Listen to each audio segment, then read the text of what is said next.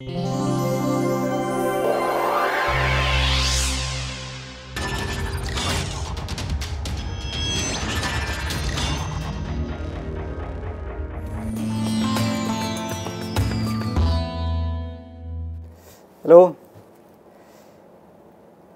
We started our discussion of the motion of a magnet in a magnetic field, and we have seen earlier that if we keep a bar magnet in a magnetic field, it undergoes to and fro motion.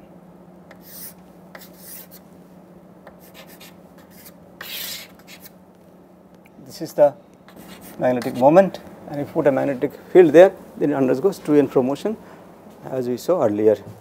This is the bar magnet, the magnetic field, and it undergoes oscillation. We call this motion oscillation.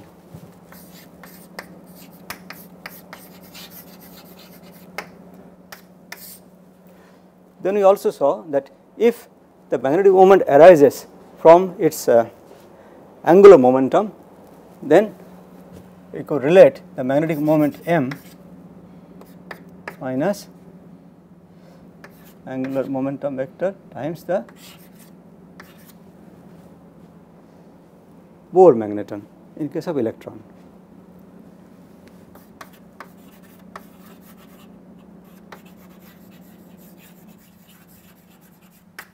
Specifically, we related this orbital angular momentum to the magnetic moment. That should be kept in mind. And why does it undergo this to and fro motion?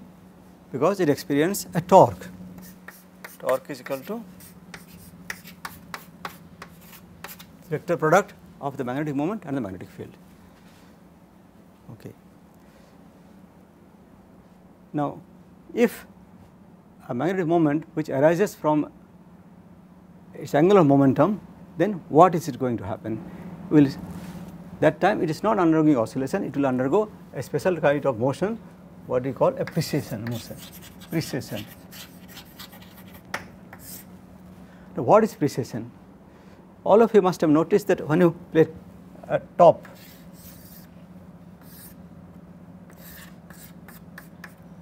and it is rotating at high speed, you will notice that this axis of its rotation also keeps moving. So, that type of motion is called precession. Let us try to understand a little more detail what it is. Here, this is a simple pendulum. This, if you leave it from here, it undergoes this to and fro motion.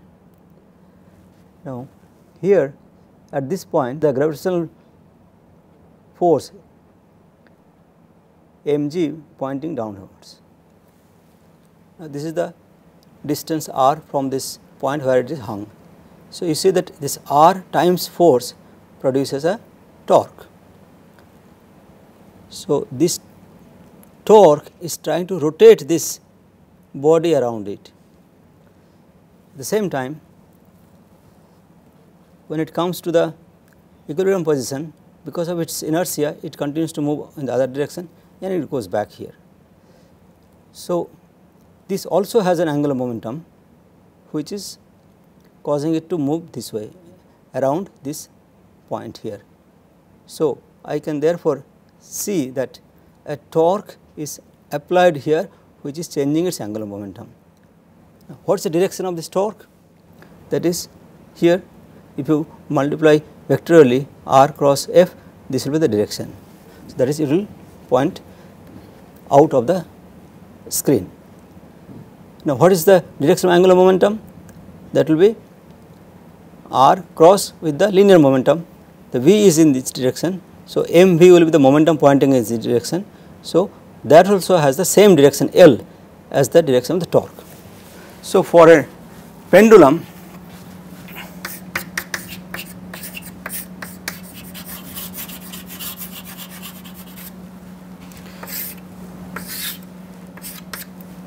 the torque and the L, the angular momentum, they point in the same direction.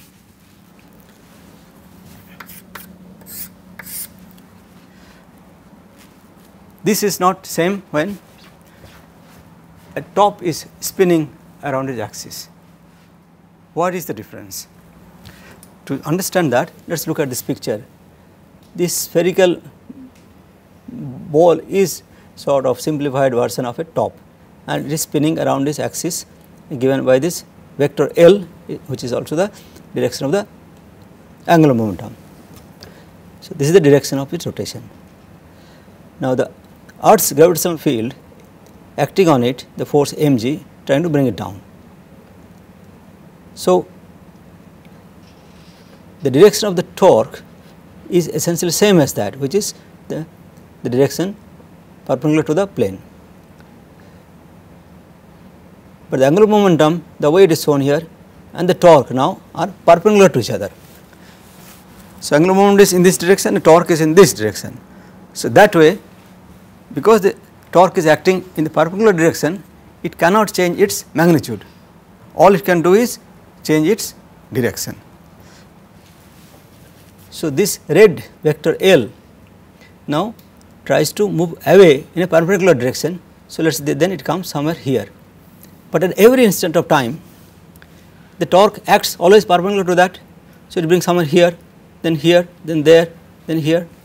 So, effectively that causes the direction of this angular momentum vector follow this cone, and that is the precessional motion, and that is the type of motion we see when the top is spinning. So, this axis starts moving. So, exactly similar thing happens in case of magnetic moment kept in a magnetic field. When the magnetic moment is arising from its angular momentum here. So, I have said that the torque is given by this expression. This is perpendicular to both m and b. So, m is in this direction, b is in this direction. So, the torque will be acting perpendicular to the m and b, that is essential. Here will be the direction which is vertically up. So, m will therefore undergo exactly similar precessional motion. The axis of m will follow this cone. So, the magnetic moment which arises from an orbital motion or which is associated with an angular momentum will undergo a precessional motion in a magnetic field. So, this is the torque which is a vector product of m and b. Now, can we calculate the frequency of this precession, that is the motion that this m is undergoing? What is the frequency of this motion and how is it related to the intensity of the magnetic field B? This is not very difficult to evaluate. We have seen earlier that this angular momentum small l vector is measured in units of Planck's constant by 2 pi, and L is a dimensional quantity. Now, torque is nothing but rate of change of angular momentum dl by dt is equal to m cross b. Then using this relation small l and this capital L, I can write this, but we have also seen in our derivation that magnetic moment and L are related in this way. So, I can use this and put it here. That gives me the rate of change of angular momentum, which happens to be now L cross B. This gives the precession of the angular momentum vector in the magnetic field. The same way, now L can be replaced by m in this fashion using the same relationship, and that gives me the dm by dt is equal to some constant here, and you see that now the minus sign can be removed by changing the order of multiplication.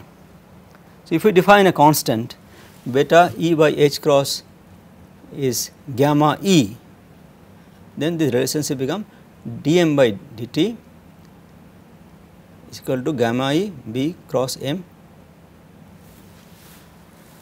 Okay. So, this is the equation of motion, if you like to call it.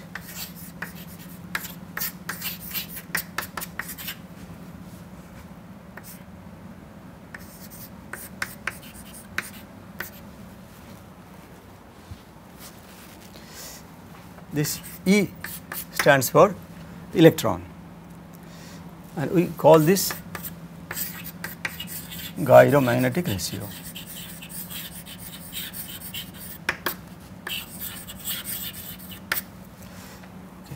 Let us try to solve this equation of motion and then see if we can find out the frequency of the precession. We first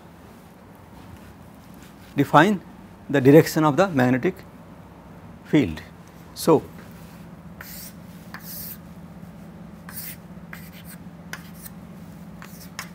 let us say the magnetic field is applied along this z direction. This is my B. So, it will be B times the vector, if you call it K, unit vector K, and the magnetic moment is in this direction, it is precessing in this fashion. So, in that case, if we expand this vector product, I get equations of this kind.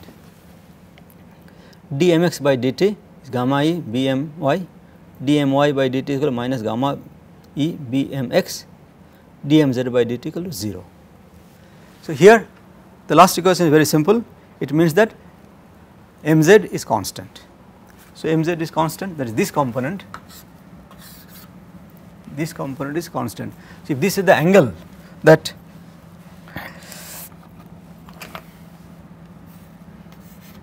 this m makes with respect to z axis, then this is the component which is m cos theta, that this value remains constant.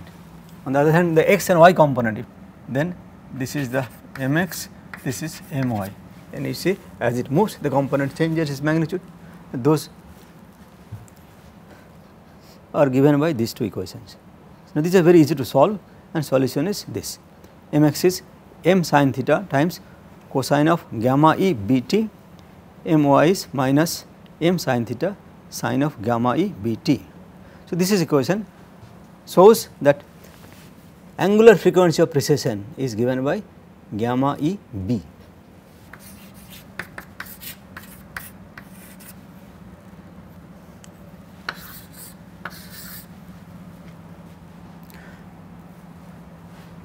So, this shows that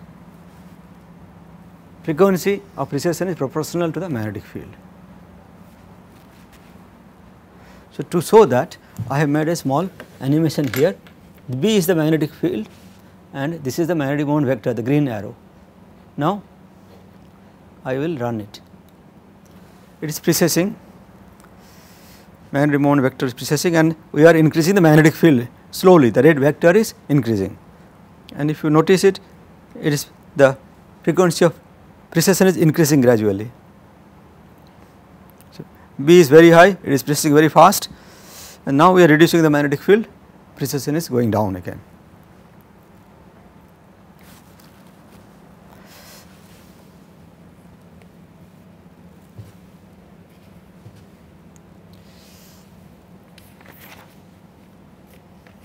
So, this equation which relates the precessional frequency to the magnetic field, this frequency of precession is called Larmor frequency.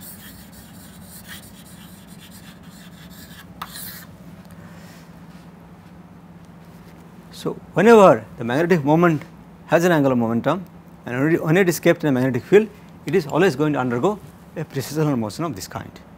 This was given by this person Larmor, whose picture is shown here. If we go back to our derivation, you will notice that we have defined gamma e to be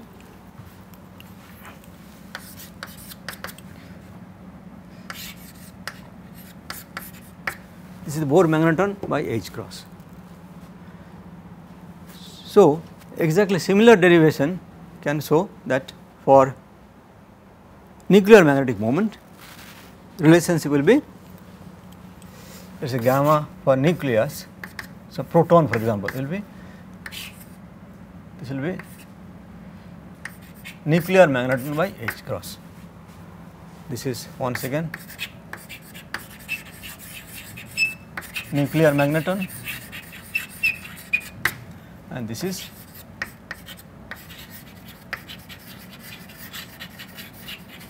Bohr magneton. A little more clarification necessary here. See, we have arrived at this equation where the magnetic moment is related to the orbital motion. If we go one step back, we actually derived it by using a sort of circular loop of wire where some charges q was moving. This is certainly orbital motion, and from that we arrived at this one. So, in general, the angular momentum can come from orbital motion, spin motion, or a combination of the two. So, in general, this relationship is modified to write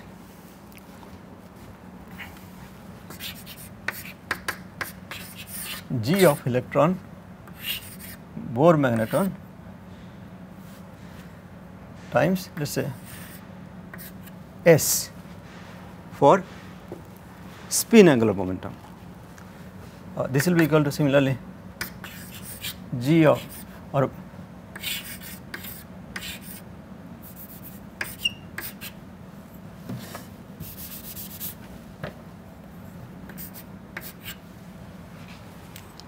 this is for orbital angular momentum, G value for orbital motion, G value for spin motion, and it so happened that this is actually equal to 1 and this is equal to 2.0023 something for free electron. But if it is a combination of electron spin angular momentum and electron orbital angular momentum, then this becomes some general G vector, something like J, let us say. J is the total angular momentum. This is the corresponding G value.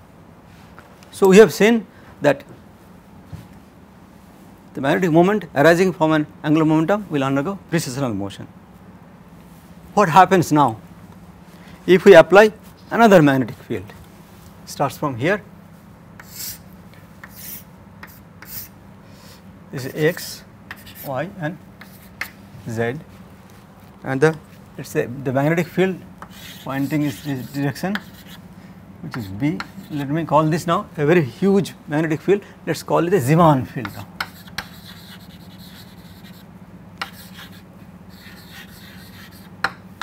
And this magnetic moment is pointing its direction, it is undergoing precession of this kind.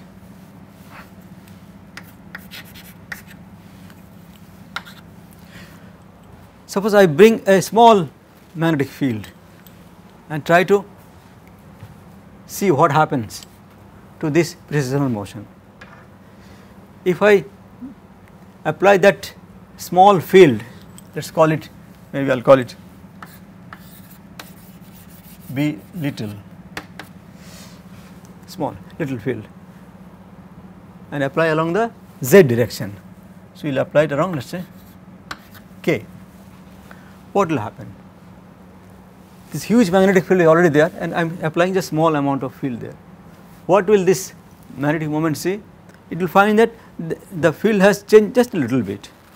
So, whatever the precessional frequency that it had given by the relationship, that is, let us call it that omega equal to gamma E B, this small thing applied here will just get added to this one. So, this will undergo just a little bit of change in frequency. So, nothing exciting is going to happen therefore. Change omega A little bit. Now, I apply, let us say, B little in the x direction here, I will call it I. Then what happens? You might keep in mind that this is really very small compared to this one. This could be our, let us say, 1 Tesla magnetic field, 10,000 Gauss or so. This could be hardly a few milligauss or maybe a Gauss, little bit here, though I have drawn it in this scale, but this is tiny compared to this one. So, then what happens, or what we expect it to happen? This magnetic moment is really precessing at a very high frequency. This fellow is sitting here.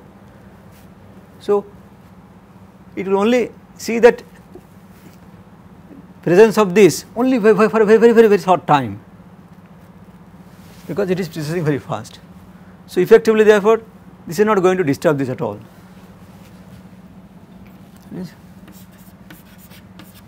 No.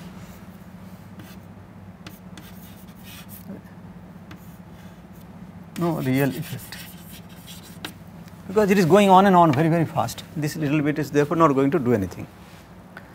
Okay. Now, let us change our tack a little more. Suppose now this time, instead of allowing it to stay static in the x direction, I now allow it to move in this direction, in the xy plane. To make it little bit understandable, let us clean up the figure and draw it better. So, now this small field V little now starts here, and it also moves in this xy plane at a certain angular frequency, let us call it omega little.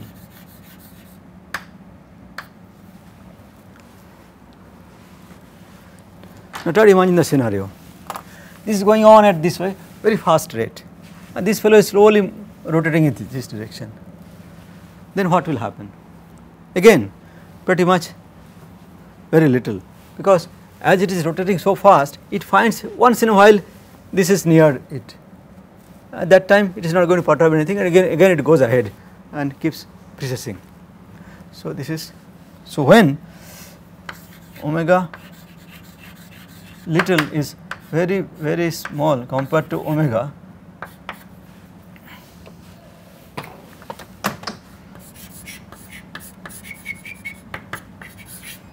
nothing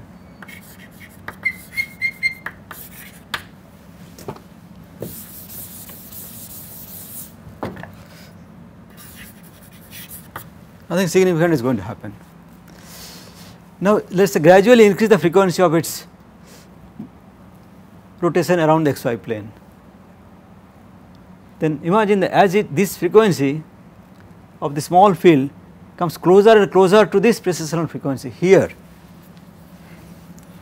that is omega little is becoming comparable to omega here. Then what happens now? This will find that even though it is precessing very fast, this fellow is also following it almost at the same rate. So this is sticking around, sort of like tailing it all the time, most of the time, because they are not exactly same. The effect may not be seen very much, but nevertheless this finds that another one is just following me almost all the time. So again this equation of torque will be applicable. So it finds that another magnetic field is little magnetic field is here, so it will also try to precess around it. So it will try to therefore bend from this vector is going to come out of that. Now the extreme case, so when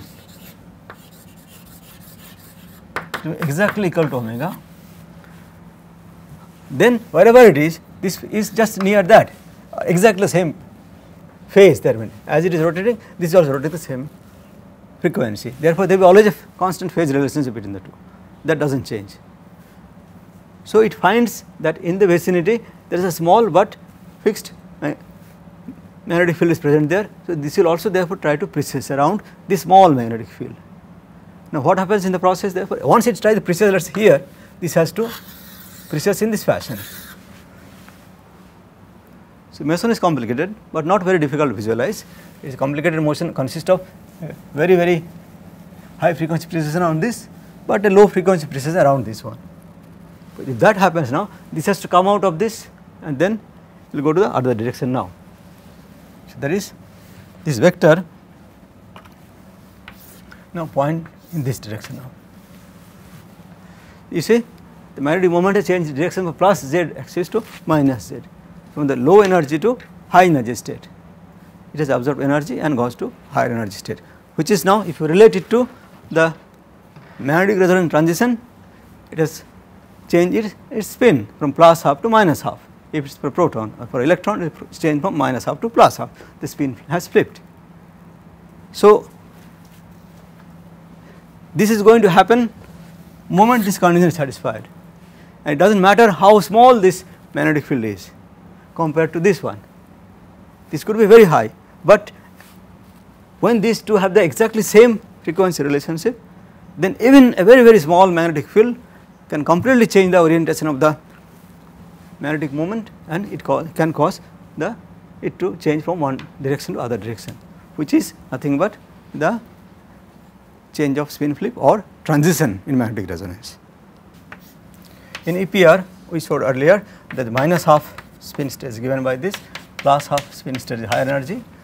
So, here the low energy is here and high energy is here. So, moment the small oscillating magnetic field is applied in the xy plane, this can cause transition from here to here. So, the important requirement is this now. Therefore, that this oscillating magnetic field has to be applied in a direction which is perpendicular to the external magnetic field. We saw that when it is parallel, nothing really happens. Also, the frequency has to be exactly equal to the frequency of its Larmor frequency, precessional frequency. So, that is the resonance condition that need to be satisfied, not just the energy gap here, that is h nu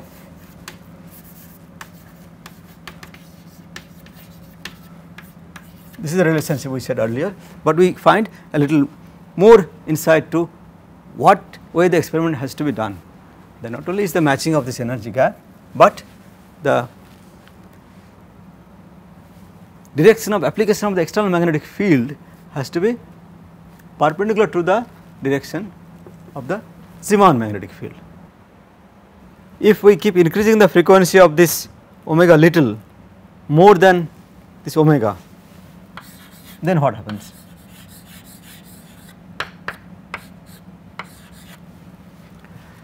Then again this magnetic moment vector will go out of sync with this omega little which is moving in the xy plane.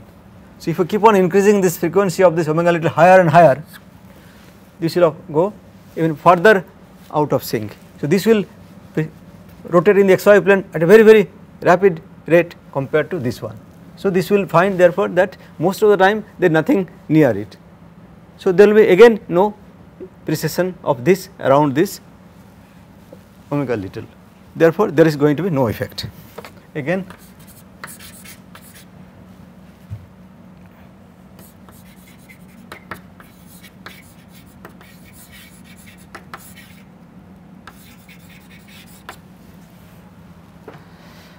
so, you see that therefore, that this condition, that when these two frequencies are exactly same, then even a small magnetic field can completely turn the magnetization from this direction to this direction, and that is precisely the resonance condition.